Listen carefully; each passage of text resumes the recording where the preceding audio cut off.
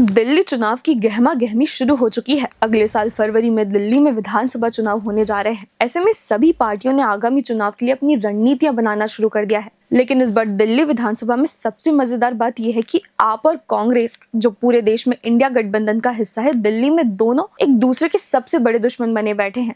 देश में हाथ डालकर घूमने वाली ये दोनों पार्टियां दिल्ली में एक दूसरे को हराने के लिए जी जान लगा रही हैं। और दिलचस्प बात तो यह है कि कांग्रेस इस बार अरविंद केजरीवाल के पुराने फॉर्मूले पर ही काम कर रही है और उनको हराने की रणनीति तैयार कर रही है।